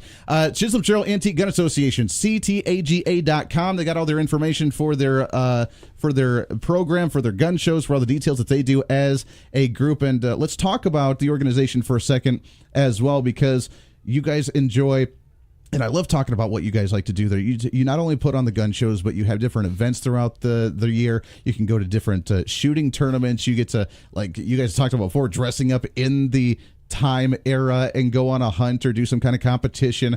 You have different classes, and even women are getting involved in this pretty heavily. Talk about what you guys have been doing lately with the program. Well, there's an NRA program that is called Women on Target, and they offer clinics all over the United States. And it's for any level of shooting. Mainly, it's a basic introduction to firearms. So we get women there that have maybe they've shot shotgun with their husband or family members, but they've never shot anything else. So we shoot shotgun and pistol and muzzle loader and .22 rifle and archery. Wow. Those are the things. All across the board. What we like is the women that have never shot a firearm before. We had one elderly lady that came in, and she was physically afraid of firearms, and she wanted to face her fears and come to this clinic. Okay. She had to work up the nerve to walk into our range house. Just to walk in the door. She was so afraid. And she showed me. Her hands were shaking. She finally got up the nerve, walked in there. We introduced her to the firearms, and by the end of the day, she was shooting them just like everybody else. Her fear was gone. That's fantastic. And, that's what we like. We're trying to overcome the ignorance and the fear of firearms, and the ladies really enjoy it, and the guys, our club members who help them, they enjoy it too. So it's usually just a great day. Well, and that's what we need, not only for the self-defense measures, but to understand the gun, because when you understand it, you don't fear it. And right now, that's what the concern is with this rule to not sell it to anybody under the age of 21. If you're a 10-year-old kid going hunting with your family and you're used to shooting a gun, I got my first .22 semi-automatic rifle at the age of 10. That's just, and I shot it, and I was used to it, and I was familiar with it, and I'm not scared of guns. If we're trying to delay people being accustomed to firearms till the age of 20, 21, they're not going to have any interest at all. And so it's really encouraging to hear that not only women are doing this because they need self-defense just like anybody else, but that we're just educating people so where they're not fearful of the gun. Right. And that's what it's all about. I've had husbands come up to me and come out and watch their wife participate, and they say, "Why don't you have this for men? Why don't you do this for us too? Come on!" That's right. That's right. About fair play. Exactly. That's right. Anyway, it's a great NRA program. The NRA gets a bad rap, especially now, but they do a lot of good things, and this is one of them. Absolutely. Yeah, Jim brought this and started doing this at the club years ago, and he's been leading it every year. It's done every September. It's the 29th, the last Saturday of September every year. So if you're interested, get on our webpage, contact somebody in the club, because it does fill up fairly fast. Sure. But it's sponsored by us and the NRA jointly. But the gun club, meaning Chisholm Trail, has been around since the late 50s. It was started as a group of individuals in Wichita that wanted to collect guns themselves that were antique at the time, which was mainly Colts, Winchesters, sharp rifles, muzzle-loading rifles. Then it grew into the idea of us needing to go shoot those same guns because they just didn't want to collect them. Sure. So we actually had our first range about a mile from where we're sitting today, and we were out here until the mid-'70s, and then now we have our second range that we have, which is out by Benton, Kansas. And so we shoot muzzle-loading rifles, we shoot single-action rifles, we have 22 matches, we have more modern gun type stuff, pistol stuff that we do. So we're all encompassing now as to what we have the capabilities of doing. Absolutely. So if anybody's interested, take a look on our webpage, come to the gun show, talk to somebody, and that's just what the club is all about, is just promoting of shooting sports for both men and women. Having fun and staying safe doing it. And children as well. Absolutely, and children as well. We got about a minute left. We're out of time already. Next time you guys come in, you guys are going to come in next Friday. Bring these guns back because we need to talk about them, and then a couple other ones if you can as well. We're going to try and go 45 minutes next time instead of only a half hour because this was not enough time. But we got to let everybody know it's the Chisholm Trail Antique Gun Association. CTAGA.com is the website for those guys to learn about the organization, to be involved with it, to go and enjoy. Also with the gun show coming up next weekend, Saturday and Sunday at Hartman Arena. You guys are always so much fun. I appreciate you guys bringing all this stuff in. It's a blast. I'm truly honored. So thank you guys. One other thing, one clarification. Our webpage is .net. .net. Okay. I had the .com up there, but you guys have a .net. We have .net too. Okay, perfect. .net as well. CTAGA.net. Go there and check that out. Guys, I appreciate that very much. Enjoy your Friday. We'll talk to you next Friday again. All right, sounds good. Always great time. Thank you. Wrapping up hour number 2 of The Voice Reason. Hour number 3 coming up. Lots more to get to today with our psychic reading of the year. Never done that on the show before. Plus, Secretary of Revenue Sam Williams is going to be at 8:30. This is The Voice Reason. Stay tuned.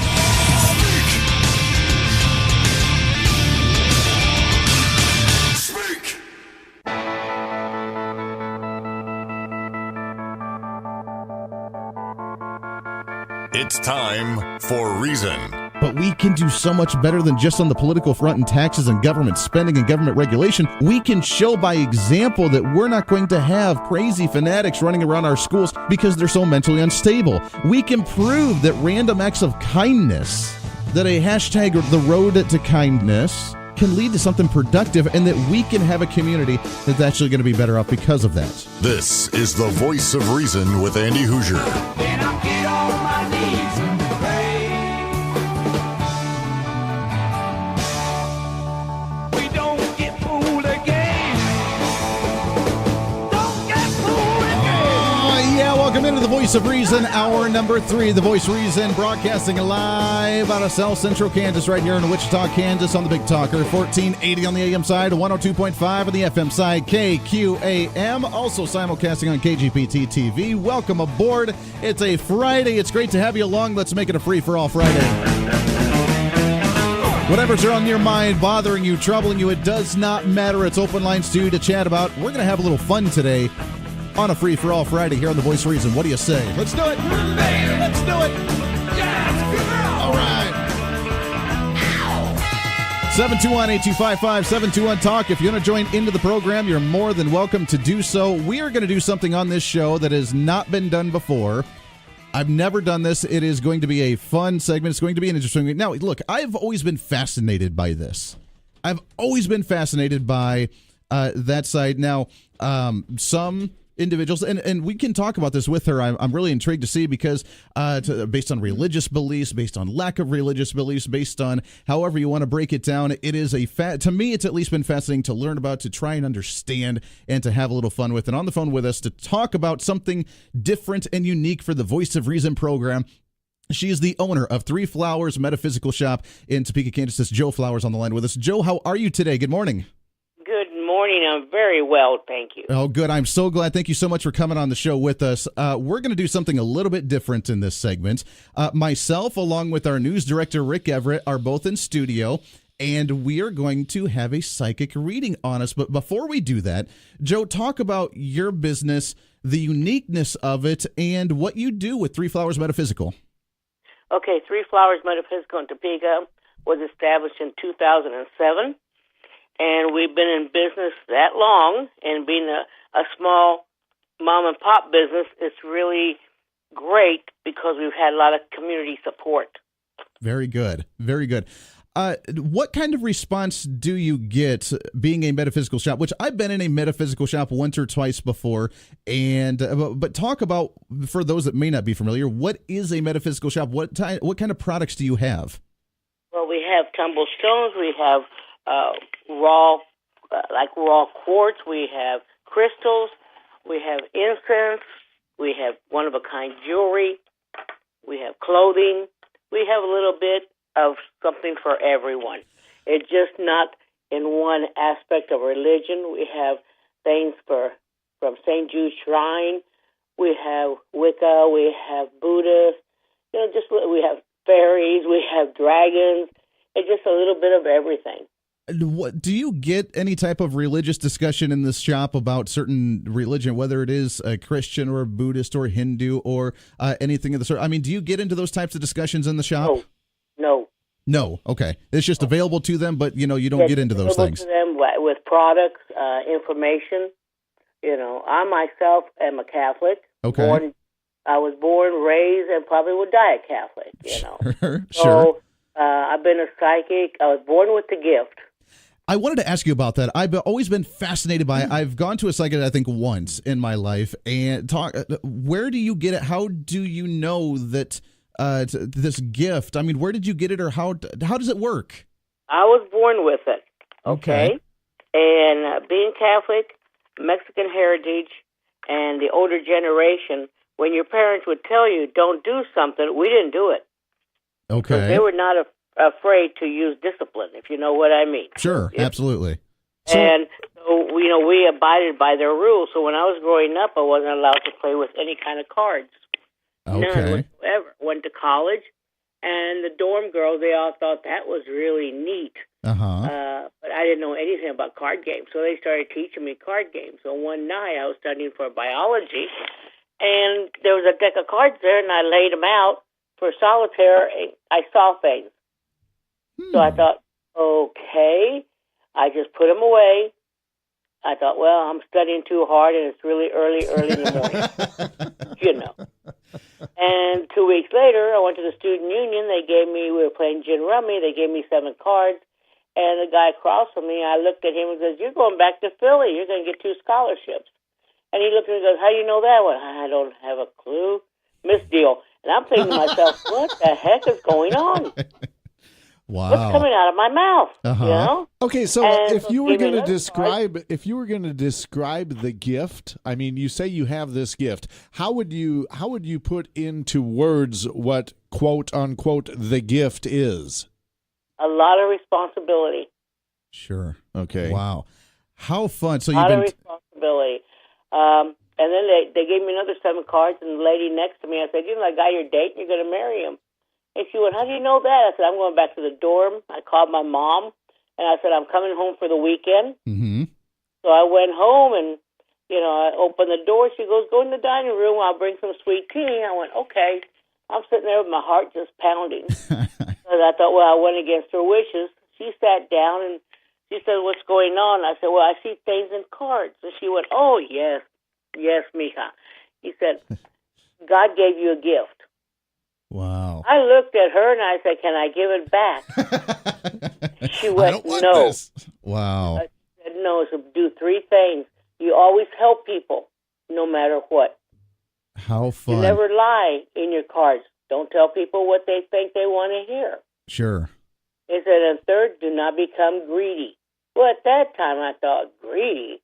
Well, doing psychic fairs since 1990, I've noticed really good psychics that they do become a little greedy, and they tend to lose their gift, because this gift is from God. How fun. All right, now, Joe, I have a question for you. Have you ever been reading somebody's future? I guess that's what you call it, isn't it? Yeah. Mm-hmm. Okay. Have you ever been reading somebody's future, and then what you see, you're like, "Oh my gosh, I don't want to tell them this"? Well, I'm a double Saggy, okay? And if you know anything about zodiac signs, Sagittarius tend to be a little blunt. Okay. And I just put it in a very tactful way, what I see. I've been blessed. That I don't see death. I really don't believe that there's any psychic that can tell you when you're going to die. Now, That's totally up to the contract that you have with whomever you pray to. when you bring up the zodiac signs, now, do you believe there are certain traits of people that are associated with their zodiac sign? And if the answer to that is yes, I'm going to tell you right now, I'm a Scorpio. Okay. Oh my Lord. And so, yes, and God bless you. well, and thank you. Now, I got to tell you, the owner of this company is a Scorpio also. Oh my Lord. In fact, the stars are aligned because he and I both share the same exact birthday. Well, you're like brothers. Well, yeah, pretty much. But a question I have for you is, what are some of the traits of a Scorpio zodiac sign? They tend to be a little impatient. You think? They're also very meticulous. Yeah. Okay, you're spot on so far. Opinion. Once they form an opinion, it's really hard to shake it out of them. Okay. Yeah, you're hitting it on the head, I think. They're very loyal. There you go. They're very close. They're very loyal to family. If something happens to a family member, they're there. Okay. And don't let anybody hurt a family member. Now let's talk about Andy's zodiac sign. It's funny you bring all that up because my wife is a Scorpio as well. So there you go. There you go. Now, would you say what Joe said is accurate about your wife? To a T, yeah. Before you get to me, let's do, because I don't want to run out of time on this, but Joe, could you do a couple fun little readings on Rick and I? Yes. And well, first of all, yes. Let's get something straight. These are not fun little readings. Okay, whatever you see, let's bring it on and let's make it happen. But let's go ahead and start. You started with Rick with the Scorpio thing. Let's go ahead and do him first. All right. When's his birthday? November 17th. Oh my goodness! I already see something bad coming. I'm not feeling encouraged thus far. What are the changes you're doing to your home, Rick? I changed the shower curtain the other night. No, there's something more coming. Ooh. Are Well, you doing some projects? well, I'm getting the yard ready for spring and the garden And ready. there's something in the backyard that you're going to be doing. Well, yeah, the garden, of course. Yeah. And it's going to be a lot better than last year for you. Well, that's a good news. Yes. There you go. Now, where are you and your family going? I see a trip. We're headed to Minnesota in July. Mm-hmm. Hey, it looks good going and coming. I do not see any problem with it. Well, how will the walleye fishing be? Oh, honey, just pray. I love it. All right, on to Andy. So, no, hold on. Is that all of it? A safe travel, safe vacation? Everything's going to be all splendid for him this year. Yes. And not only that, but how old? You have a son? I do. How old is he? He is 26. Is he thinking about changing his career? Not that I'm aware of. Well, tell him to pay attention at work. Where does he work at, sweetie? Well, he works for a computer company. Okay, tell him that between March to July, there's an opportunity for him to go up a step or two. Okay. Tell him not to doubt himself. All right, duly noted. Yeah, tell him to proceed with it because it really looks good for him. Very good. Thank you, Joe. Very fun. There it is. You're quite welcome. All right, now Good Andy. news. All right, for myself, let's Now, do what's this. your zodiac sign, Andy? I am a Libra. A Libra. Oh, that's good. Mm-hmm. You weigh everything, but how can I say? You procrastinate. Sometimes, on You have occasion. to weigh everything, and not everything has an answer. That is true. That is true, and it's very frustrating at times. Yes, especially to a Scorpio. Yeah, no doubt. Yeah, tell it to my wife. I tell you. Now, do you have a daughter? I have a 3-year-old daughter, yes. Yeah, she's going to be the little diva. She's very creative. She is all about art. That's all she Yes. does every night is color and paint. Yes. Anything with, she's going to have a keen eye for photography as well as she grows up, especially black and white. Okay. Okay, she's also going to have the knack for writing. Don't be surprised that in her mid-30s, she doesn't get published Okay. or have a showing. Really motivate her towards the arts. God gave her a gift. That's good to know, because sometimes I'm like, yeah, where's that going to go? We need to get you away from the art stuff, and maybe I shouldn't. No. Okay. God gave her a gift. Okay. And don't let anybody quench her imagination. She's a very bright child. Okay, she is, very much so. But I can see her being either published, either with words or pictures or drawings. Andy, you could be on Easy Street. Hey, I'm just going to coast, baby. Let her take this over. That's going to be great. When she's 16, be sure and be tenacious with you guys' discipline. Because she's strong-willed. Uh-oh. Rebel Just child, a little bit. Rebel child. Oh, she already is trying to express that whole rebel thing against me. Yeah, all the time. Yeah. So just, talk to her like a little person. Mm-hmm. Okay. And what does your wife do, Andy? She's actually a stay-at-home mom. She loves it. Is she working on a project or something? She has a few projects in the works. Well, one's going to really be good for her. Okay. Okay? Tell her to go with her gut feeling. She has real strong gut feelings sometimes about things. Yes, she does. Yes, she does. And she's got intuitions as well. Yeah, go with her gut feeling.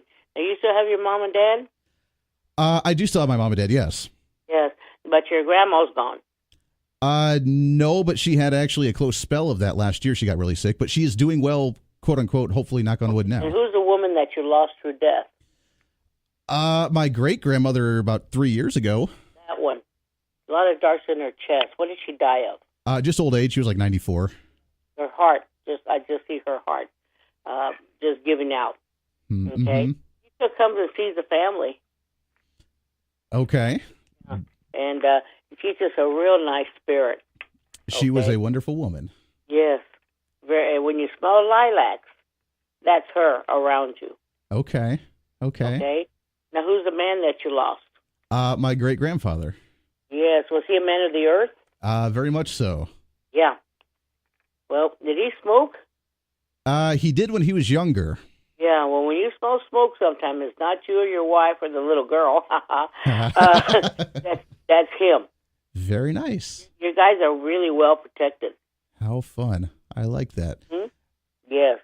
But your mom and dad, now what's going on with your dad? I see some arthritis forming. Well, I don't know. I haven't seen him in a while other than just during the holidays. I saw him briefly, but I don't see them on a semi-frequent basis. Okay. Well, I just see arthritis around his body. Interesting.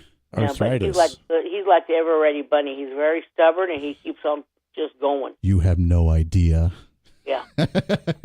Yeah. Wow. Spot on, Joe. I appreciate that very much.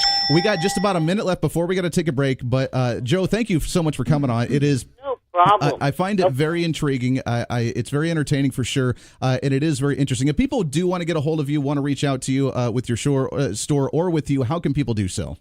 They can call 785-234-4992. And then I also do the Wichita Alternative Holistic Fairs. Okay. There in Wichita. I'll be up there April the 6th, 7th, and 8th at the Best Western off of 53rd Street. Very good. Do you have a website, Joe? No, I'm on Facebook, though. Three Flowers. Three Flowers. Three Flowers Metaphysical. Yep, you can find that on Facebook as well. I appreciate it very much, Joe. We got to take a break. Don't hang up, though. I got to talk to you off the air. Don't hang up. We appreciate that very much. Joe Flowers, the second. What do you think, Rick? Pretty interesting stuff. Pretty impressive. I mean, she was like spot on with a lot of stuff. There it is. Got to take a break. We'll wrap this up, shift gears a little bit, get your thoughts and calls when we come back as well. Plus, at the bottom of the hour, Secretary of Revenue, Mr. Sam Williams, is going to be joining us as well, talking about last month's revenue projections for the state of Kansas. Lots to get to. It's a Friday here on The Voice of Reason. Stay tuned. You're listening to The Voice of Reason with Andy Hoosier.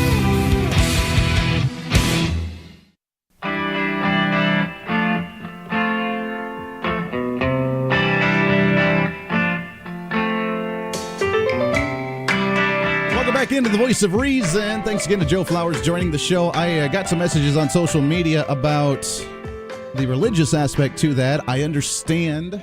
I get it. But let's take it for the entertainment value. It was fun. It was a fun segment, wasn't it? Never done anything like that on the air before. Kind of interesting. We got about 45 seconds before we got to take a bottom of the hour break. Let's snag a phone call here, shall we? Good morning. What's your name? Good morning, Andy. It's Ron. Ron, how are you, my friend? Pretty good.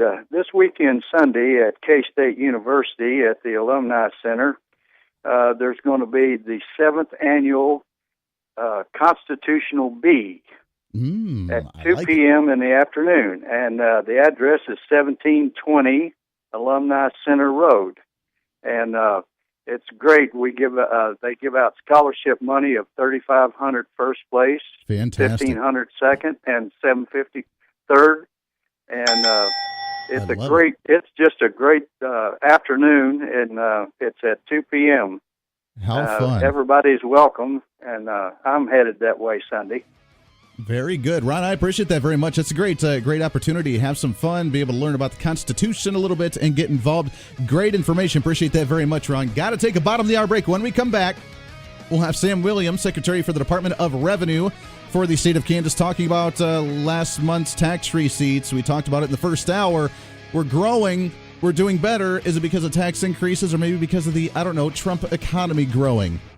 We'll touch on that and more when we come back. It is a free-for-all Friday. Let's have a little fun today. What do you say? This is The Voice of Reason.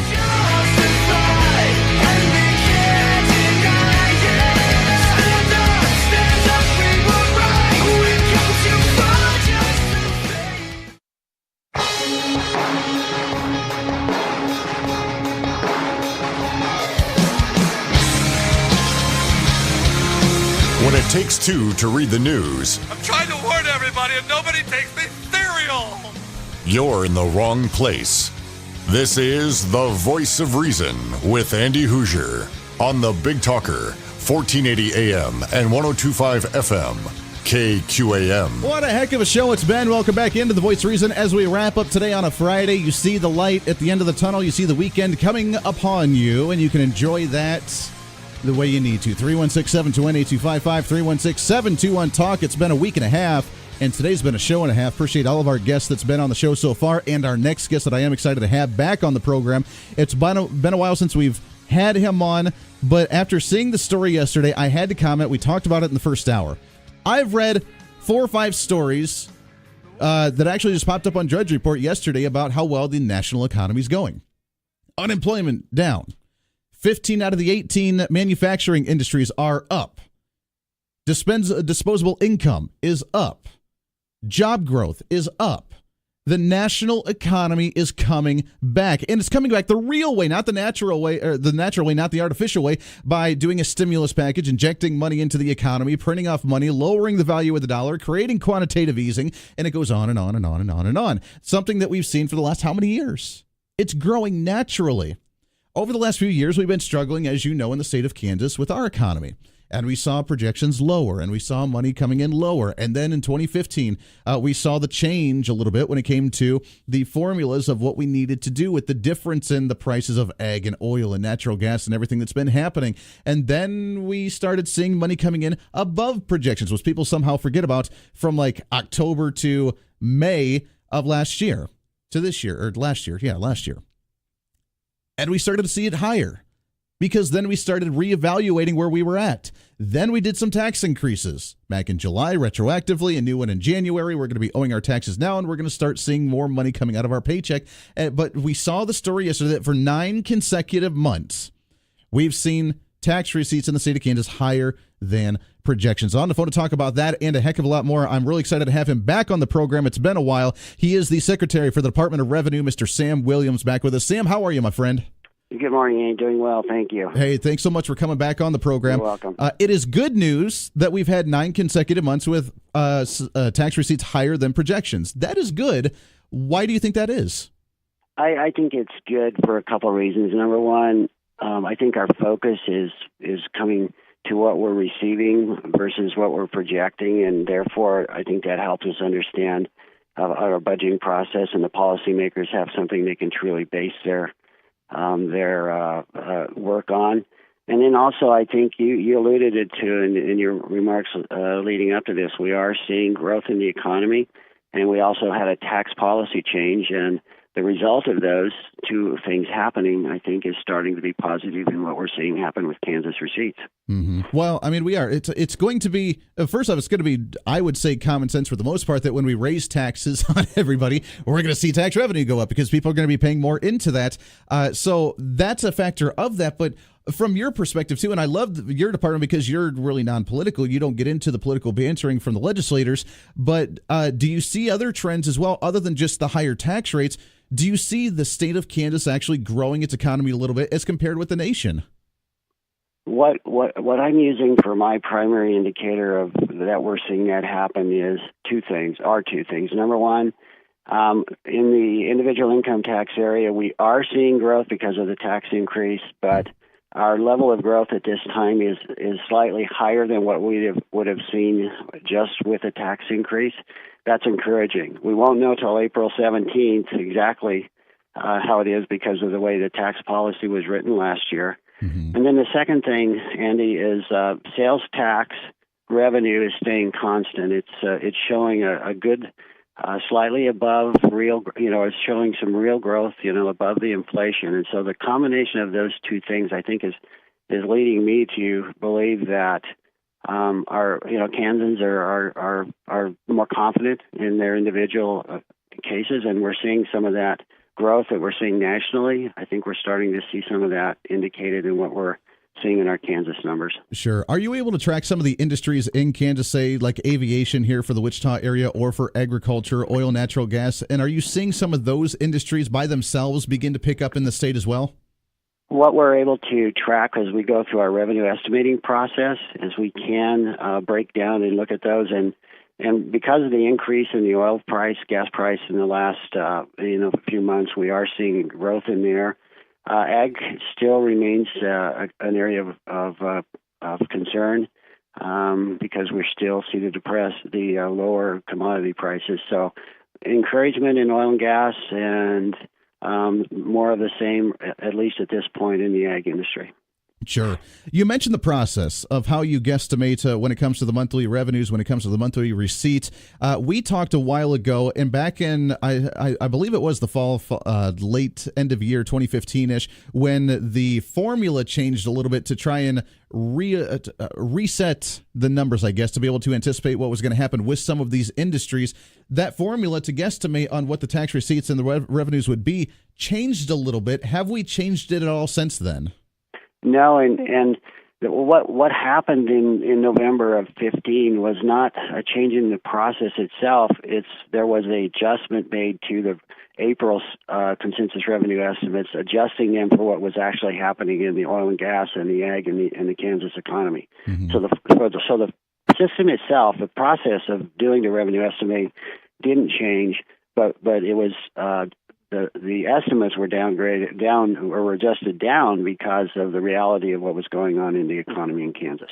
Sure. So we adjusted it to bring it down a little bit. Do you think that shows or have some type of effect of when we hear a story from the mainstream media, from a newspaper, from the TV, from wherever, and it says, look, we hit above projections this for the month of February was like $29 million. We hit above projections. Would that have anything to contribute to that as well with that change in what the industries had looked like and what we were guesstimating in that sense?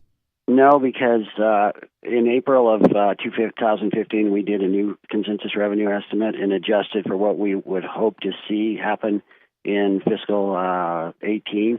And so it was adjusted at that time. And so what we're seeing now is truly a reflection of any change in tax policy, both federally and state, mm-hmm. and also real growth in our economy. So as of April last year, we were in a new projection cycle. So it really is honestly good news when we see money coming in like this to show that things are actually beginning to do better.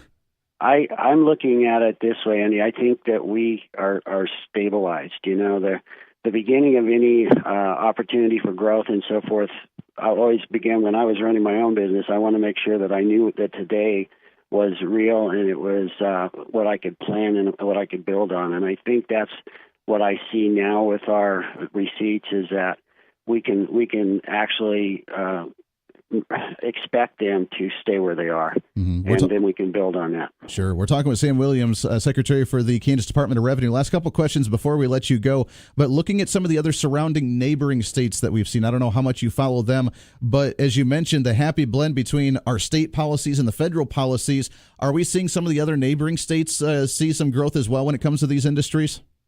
Yes, we are, and as we look at that regularly, and especially as we get around to the revenue estimating process, which is led by the budget and the KLRD, and we are seeing this also in our neighboring states. That is really good to hear, and I know that I kind of want to get your opinion on this. I know you're non-political in that sense, but how much of the Trump tax cuts at the end of last year do you think have an effect on this? It had a definite immediate effect in our tax receipts in the January-December period because of the elimination of state and local income tax deduction in this year. We saw people prepaying in order to take advantage of that. So some of that bounce that we expected to see in April, we probably got in the December-January timeframe.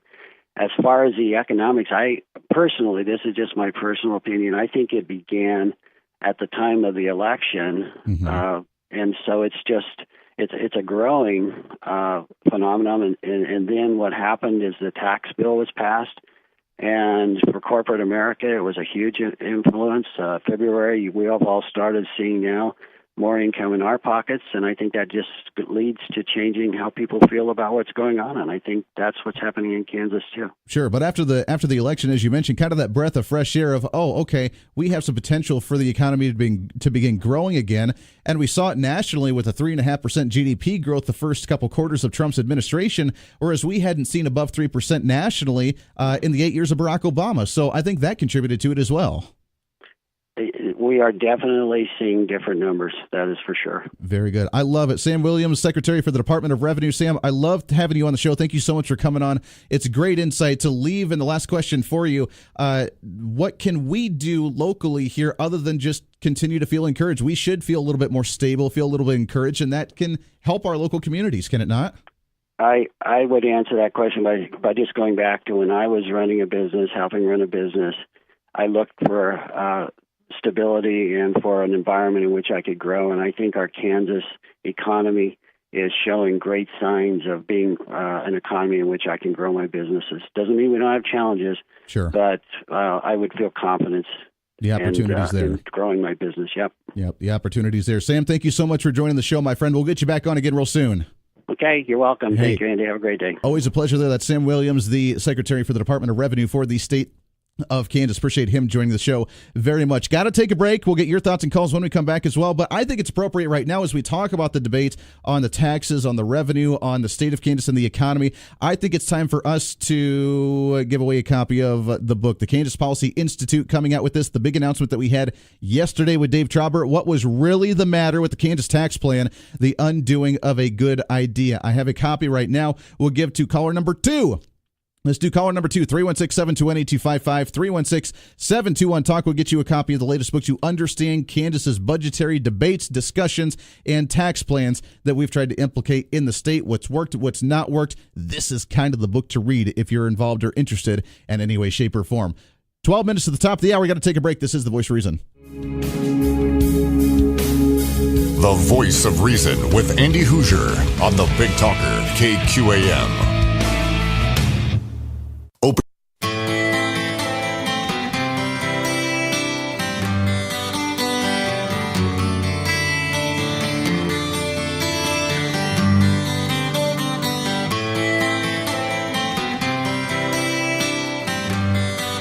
Welcome back into the show as we wrap up today. Boy, it's been an interesting one. It's been a fun one. We appreciate everybody hanging out with us today, right here on The Voice of Reason on a Friday. This portion of The Voice of Reason, as it always is, on a Friday, brought to you by the Inman Harvest Cafe. It's not just Friday, not just a free-for-all Friday, but also it's a fried chicken Friday. And honestly, I've been thinking about, since our last conversation, kind of the, building the moat with the mashed potatoes and the meatballs and the chicken and everything, and then being like Godzilla and coming in and just ruining it and eating it all up. Because and you're always like your parents always used to say, don't play with your food. But Yeah. we make a living out of playing with our food. So, See, it's fun, and it makes you hungry just thinking about it, piling it all together. It's Friday. It's the Fried Chicken Friday. It is the buffet that they had the breakfast this morning. We had the buffet going on at lunch today from 11 to 1, along with the big buffet tonight from 5 to 8 o'clock tonight. Again, tell everybody what's on that menu for today. Today we're having Meatball Madness, so she's back there. She's got 74 meatballs so far, but she's nowhere close to being done making meatballs. And then I'm stirring the barbecue sauce on the stove here. We're also going to have homemade mac and cheese, and so I've got the cheese sauce getting warmed up here that I gotta make. It's milk and cream cheese and white cheese that's shredded, and then we mix it all up and put it on macaroni and cheese. Oh, it's good stuff. Fantastic. It's really good. See, just cheese right there. That's it. Cheese. Yeah. Yeah. And then baked beans, and our baked beans are special. You're never going to find baked beans like this anywhere else because we have a secret ingredient that I don't even know what it is. Ooh. So, Mary has this thing, and it's called Wild Willie's. It's a seasoning, and we put it in our baked beans, and it's amazing, but she won't tell me what it is. So I love it. Well, it's the secret that draws people there to have to check it out. It does. It does. It really does. Yeah. So, and then tonight, if you come from 5 to 8, we'll have our famous roast beef out there, so it's slow roasting as we speak. Okay. And then, of course, it comes with pie. Free slice So of pie. you come in.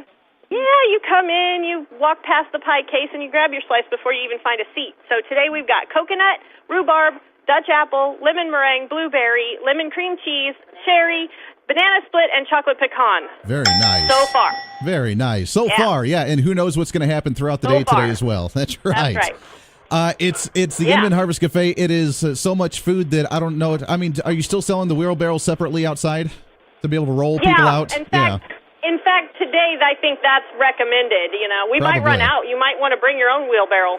That is true, and I We think might today run out of wheelbarrows. Well, see, that's the thing, and I mean, with the kind of food you have today, it's a beautiful day today. I think it's hopefully going to be a little bit warmer, and it's going to remind you and tease you of the springtime and what's to come with the beautiful warm weather and eating that kind of food. So it's perfect today for your Fried Chicken Friday.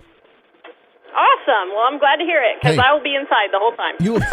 You will be inside the whole time, being able to and watch everybody enjoy it. That's right. It's 112 South Main Street, downtown Inman, just north of Hutchinson. Give them a call, 620-585-6925 at InmanHarvestCafe.com. Katie, you guys have such a fun time today with Fried Chicken Friday, and we'll chat with you again next week. Thanks, Andy. Talk to you then. Always a great time, brought to you by the Inman Harvest Cafe. We appreciate those guys very much still partnering up with us here on The Voice of Reason. We got a few minutes left as we wrap up today, and it's open lines too if you want to jump in. Let's go right to them, shall we? 316-721-8255. Good morning. What's your name? It's Wallace. Wallace, I got you a. Well, I was gonna say I got you a 30-second observation here. Actually, you got about a minute and a half, so you got a little bit of time. Go for it. Oh man. Well, you know, for the past year, we've heard the Democrats insist that President Trump, is Hitler. Yes. I mean, unequivocally, they call him Hitler over and over and over. Well, of course he is. Now they want this man who they called Hitler to take guns. Of course, because they want him to be Hitler. And they, well, here's the thing. They want Hitlerism. They want Nazism. They want anybody who disagrees with them or believes differently to be shut up and silenced, which is fascism, by the way. And if they see an opportunity to utilize that even through their enemy, then they're going to do so because they don't have the... They don't have the common sense, let's say, to click and say, oh, the light bulb is going to come on and fascism equals taking people's rights away to defend themselves. So that's a good thing. So that way we can advance our utopianism anyways. Well, it's kind of self-hating. I mean, the man who they've labeled Hitler, they want to take the guns just like, the original did, back in 39. But then they turn around and hate the man who they want to lead them to the promised land. Because like you just pointed out, Nazi Germany is actually the progressive, that's their ideology. That's their goal. And do you remember what party Hitler ran under to get elected? National Socialists. Oh, that's right, the National Socialism. Yeah, they controlled education, they controlled banking, they controlled transportation. they controlled everything. I mean, much the way that we have things now. Mm-hmm. Well, that's very true. Yeah, very interesting indeed. Wallace, I appreciate it very much. It's fascinating to watch the progressives squirm in their seats as we try and call him a Nazi and a fascist and then advocate for him to take the firearms away, because that's just the way we roll when it comes to the progressive ideology, because I get it. It's very hard. It's a very difficult time to be able to stay steady and actually stay consistent when it comes to an ideology in the progressive mindset. As always, it's an honor to have you along to join us for the show. It's so much fun. We love doing it every single morning. We'll be back on Monday to kick off a brand new week for you. Everybody, thank you for tuning in, listening, and calling in, participating, being part of the solution as we are every day, because this is your show. It's time to speak up, speak out, speak loud, speak proud, speak the truth, and always speak some reason. This is the Voice of Reason. Have a great Friday, everybody.